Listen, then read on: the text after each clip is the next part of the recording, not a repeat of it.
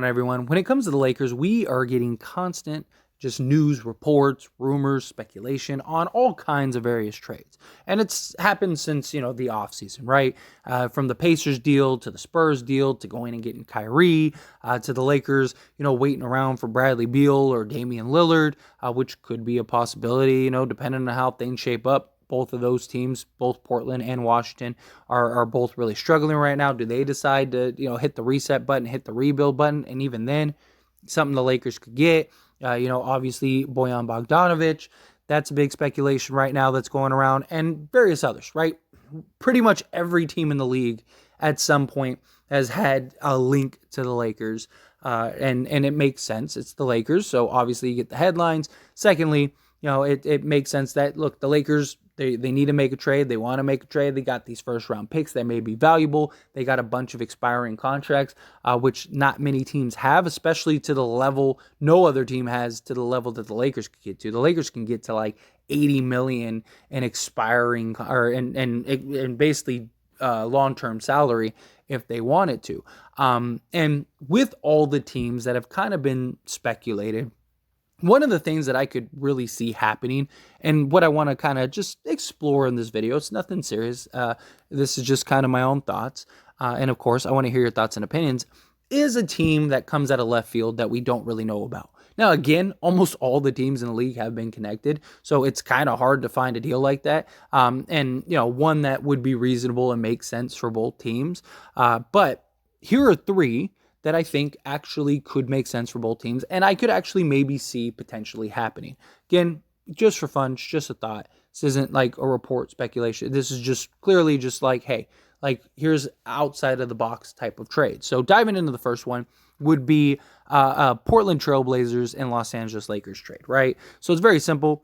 Portland gets Patrick Beverley, Lonnie Walker, Kendrick Nunn, 3 expiring deals. That way they can move off of Nurkic and Josh Hart's money. Portland are really struggling. They tried to kind of retool around Damian Lillard. It's not really working. And the problem is they're kind of locked in. This is their team, very likely, for the long haul. They're going to have to re-sign Jeremy Grant. They re-signed Jeremy Grant, who he's been great for them. But, Nurkic with his money and Josh Hart with his money kind of puts them in a bit of a bind. And so if Portland can move off of those contracts, that would give them some flexibility in this offseason. You re-sign Jeremy Grant, then maybe you could go get a piece or two. Maybe you could go lure a Miles Turner or something like that to come join Portland. And maybe you could kind of maybe get a couple pieces that could really kind of turn the franchise around next season and entice Damian Lillard to stay. And then for the Lakers, I mean, this makes a lot of sense, right? Josh Hart is great, sizable guard. He's like an elite rebounder for a guard too, which the Lakers desperately need rebounding, right? I mean, he rebounds better than most centers, which is surprising. But you get a 3-and-D, solid, just rotational guard, which the Lakers really need. And then you get a legit center that can run your offense, right? I mean, you could run your offense through him. He can do a little bit of everything. Nurkic is a very good center. Him and Anthony Davis as a pairing would be fantastic. Obviously, the biggest concern would be, just health, right? Nurkic isn't a model of health for a big man. So the concern would be him as well as Anthony Davis. But Nurkic is on a very reasonable contract for a center, and he could be a guy that could really work well in tandem with Anthony Davis and LeBron James, a guy that is a willing passer that can, shoot from the mid-range, knock down a little bit of threes, shoot the ball. He can score around the rim. It just gives you some nice flexibility and a deal that might not be very expensive. Again, this would be a move for Portland. Now, I just want to preference this again because I know people don't actually listen sometimes, but I'm not saying that this will happen. It's just a thought. But I think that this would be a solid, decent trade that could really help and work out with what both teams could really use. Like Portland, they could kind of hit the reset button a little bit and allow them to continue to retool. It's kind of like, okay, we made a mistake. We locked ourselves in. Let's get out of this real quick. And then for the Lakers, you go and you get a solid 3-and-D shooting guard, and you get a center, right? And you still get to keep Rush, still get these guys, and you have these guys for the long haul, right? They're not going anywhere. They both are on long-term deals, which is what the Lakers are looking for. You might not even have to give up a pick in this deal. But I wouldn't mind giving up like a protected first to get a solid quality center, and then a 3-and-D shooting guard like Josh Hart. I think that could really help. But the next sort of move would be Dallas, right? Dallas is in a very interesting position. And there have been some murmurs of Dallas potentially being interested in Russell Westbrook. I don't know how much I buy that. I think Luka and Russ might be a worse fit than LeBron and Russ, although Russ and LeBron have kind of figured it out as of late. But the biggest issue that Dallas has right now is playmaking beyond Luka Doncic, right? Like Dallas, out of all teams, probably make a world of sense for Russell Westbrook. His ability to get to the hoop, drive, and kick, and just be able to run would add so much layer to the Dallas Mavericks, right? And it would give Luka that backup that can kind of fill in the pieces, right? Like that would be huge. And Jason Kidd, imagine what Jason Kidd, like Darvin Ham was able to get all of this out of Russell Westbrook. I can't even imagine what Jason Kidd would be able to do. I think Russ would thrive with Kidd, right? It's just the problem is how do Luka and Russ mesh, right? Can you make that work? If anyone can, I think it's Jason Kidd. And so what Dallas would be doing is basically, one, clearing off some salary, trying to make it work with Russ for a season. If it doesn't work, right, you can always cut him at any point. Or you just if it's kind of like iffy and it's like, it's good enough for the season, let's see how it rides out, then, and it doesn't work, or you just decide like, hey, let's go a different direction, no skin off your back, right? It's an expiring deal. And then Dallas can move off some pieces because Dallas needs to get Luka some help. They really, really do. It's kind of been a running joke lately, but it's a reality. And at some point, Luka's going to get fed up. And at some point, Luka's going to say, hey, I'm done. Trade me, right? Or I'm leaving. Or it's going to be an ugly divorce that they don't want to see, right? Like they're going to need to get Luka help at some point. So how do you do that? Take Russell Westbrook if you're Dallas, right? You clear a bunch of salary. You can move Tim Hardaway Jr., Christian Wood, which they're kind of iffy on, right? They don't really seem to want to re-sign him for whatever reason. There's even talks about them maybe even looking for a trade for him, and then add Finney Smith. That way you get basically a shooting guard, small forward, 3-and-D, and Tim Hardaway. You get a solid forward in Christian Wood, and then you get a 3-and-D, small forward, power forward, and Finney Smith. I think that's a nice move for the Lakers. Maybe you give up a first in this deal, but you're taking on, the 3 years of Tim Hardaway. You're going to have to re-sign Christian Wood, which again would save them some money. And then Finney Smith, he's got, 4 years on his deal. So like you're basically taking on the long-term salary, helping them clear some of their books. They get another playmaker next to Luka to kind of see how that works. And maybe they could be off to the races. If you're the Lakers, Christian Wood and Anthony Davis as your front court, that would just be amazing, right? Like Christian Wood could play the 5, he could play the 4. Like, you could alter that at times. If Anthony Davis wants to play the 4, okay, then start Christian at the 5, have Davis play the 4 and be the help defender, right? We've seen Christian Wood up close and the defensive impact that he can have. So, he could be great, a guy that can stretch the floor, knock down the 3 ball. Christian Wood, I wanted Christian Wood before he went to Dallas. I was praying and hoping that we got Christian Wood before he went to Dallas. Unfortunately, we didn't, but Christian Wood, I think, would be a great, solid addition. If you can get Finney Smith, got a sizable 3-and-D guy that could play both forward spots, Tim Hardaway Jr., you got again, sizable 3-and-D guy that can play a shooting guard, small forward, can get hot and a quickness. And I just think that this could be a very solid package for both teams and kind of help each other out. That's kind of how I look at this. But the last sort of move that I wanted to kind of talk about, again, these are just thoughts of teams that aren't really being mentioned right now. I don't necessarily think any of these moves will actually happen, but just trying to find something that's outside of the norm, right? We hear the same reports over and over and over again. Why not touch on some stuff that maybe some actual, like, hey, this would be pretty interesting. So next up would be Phoenix. Now, obviously, Phoenix, they are a sinking ship, and they are sinking fast. They appear to be buyers and potentially sellers, depending on which direction they want to go and depending on which report you're reading, right? They're kind of mixed. the Phoenix Suns are willing to take on long-term salary if it means being able to put themselves in a position to upgrade the roster, or they're willing to unload guys to try to clear salary in order to improve the roster next season if they're not able to make a push this season. And this season might end up being dead and just a wash. And if you're Phoenix, what do? You're gonna have a new owner. You're gonna try to retool and figure this out. You're kind of stuck. You got Chris Paul and his long-term money. It's just you're not in a good position if you're Phoenix. So does Phoenix say, okay, well, we're not in a great position. We're probably not going to win. We might not even make the playoffs, right? Well, what if we go and we trade for Russell Westbrook, right? Clear the salary. Chris Paul and Russell Westbrook get traded for each other again. But in this sense, it would just be for Phoenix to kind of clear the board a little bit and then reevaluate. If you want to trade Ayton, go trade Ayton.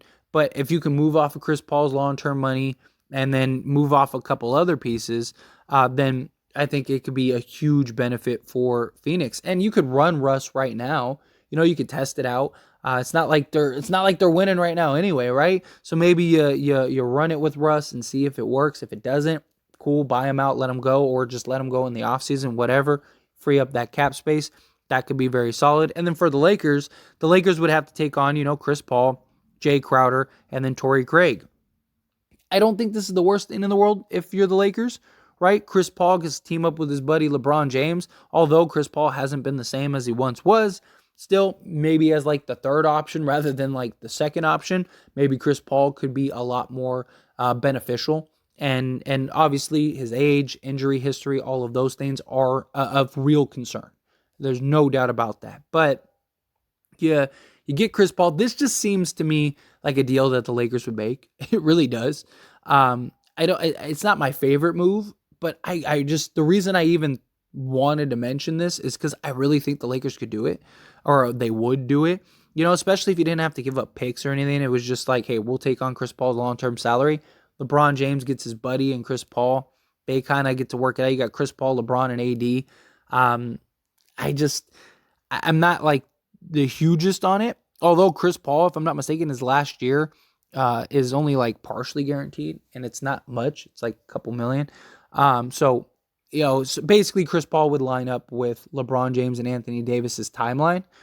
So you could go get Chris Paul, ride it out for the rest of his contract, and hopefully he can kind of stay healthy, kind of stay in place. And then also in doing so, you'd get Jay Crowder, 3-and-D style big that we need that can play both forward spots. And you get Torrey Craig, same thing, 3-and-D style. So you get two wings that are sizable. You get Chris Paul. Also, in this type of trade, you'd still have both of your unprotected firsts that you could give up because there's no way you're giving up any picks. If anything, you can make the argument that Phoenix would have to give up a pick. And if you can do that, perfect. But maybe then, because you're getting Chris Paul, you're taking Chris Paul, keep Dennis Schroeder, you moved off of Russ, have like Schroeder and Paul as like your two guys, and then you can make some other moves, right? Like if you're the Lakers, Chris Paul, if he can stay healthy, could be fantastic, could be huge.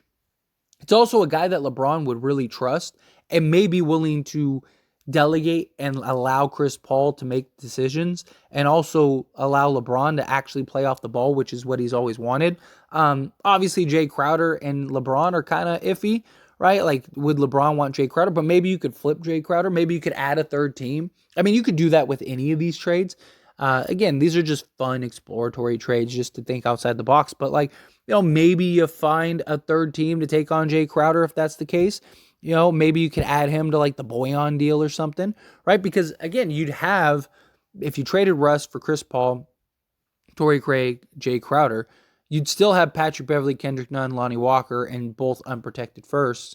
You could go get Boyan and Alec Burks still, or go get, go make a Hornets deal, or, and maybe go get, Kelly Oubre and PJ Washington, right? Like at that point, if you did a deal for Chris Paul and like the Phoenix, you're going all in at that point. You might as well push chips to the table, do what you can, try to get a championship, right? You got Chris Paul, LeBron James, Anthony Davis, Jay Crowder, Torrey Craig. Go make another move, unload all your small guards, and go get a couple solid pieces, right? And then when Chris Paul's out, you still have LeBron James, you still have Dennis Schroeder. If you want to get another point guard just to feel safe, right? Like say you did unload Patrick Beverly and Kendrick Nunn, fine. Go, look at it like a DJ Augustine or something like that, or wait till the buyout market and then see if there's a point guard that's on the buyout market that maybe you could swoop up. I don't think this would be the worst trade ever. Not my favorite trade. It's not something I really want them to do, but it is something that I could see the Lakers doing, and it's something that may make sense if you could do other deals as well. But no, in general, again, these were just three just fun exploratory trades. I still know people are going to comment and be like, "No way!" Da, da, da. It's just a thought, because again, I look at all the reports and I go through everything every day, and we have the conversations here on this channel and we talk about all the stuff. But I wouldn't be shocked if we have a team come out of left field, because I do think at some point there's going to be a team that because everyone wants to fleece the Lakers. And everyone wants to get both unprotected first and are trying to get the farm from the Lakers. I could see some random team that's just we're in a bad spot. Why don't we just try to get a free pick? Or why don't we just try to unload salary? Right? Everyone else wants to fleece the Lakers. Let's just do a move and get something done and clear some salary or get a pick or whatever. I could really see a team come out and just want to do that. You just say none of these other people want to pull the trigger on a deal. Fine, we will. Right. And that could be, and these are the only teams going through the landscape. These are the only teams that I thought that really made sense that weren't mentioned. Right. Because the problem is the Pacers, the Bulls, the Knicks, the Wizards, the Raptors, the Magic, the Hornets, the Pistons, the basically everybody, Spurs, even they've been mentioned, the Jazz, basically everybody that could be mentioned has pretty much been mentioned. And then there's teams that aren't going to do trades, like the Kings, the Grizzlies, the Nuggets, the Bucks, the Celtics, teams like that. They're not making trades with the Lakers. Pelicans probably not. Clippers maybe not. I doubt it though. I doubt anything happens. Warriors, same thing. So it's just you're kind of limited to basically these three teams, and it's okay, well then what makes sense? From a trade standpoint for both sides? Well, the Lakers need pieces that help now, and these other teams would want to hit very likely the reset button a little bit going into next season. Well, the Lakers are a team that could do that. So I don't know. It'd be interesting. But again, I'd love to hear your thoughts and opinions, because as always, this is a discussion. It's just a fun video. Just kind of exploring other things and kind of getting away from just the same old stuff every day. So again, I'd love to hear your thoughts and opinions, however you feel about this. Do you love these trades? Do you hate these trades? Would you want to do any of them? Is there another kind of combination or another team or something? However you feel, let me know. I'd love to hear it down in the comment section below.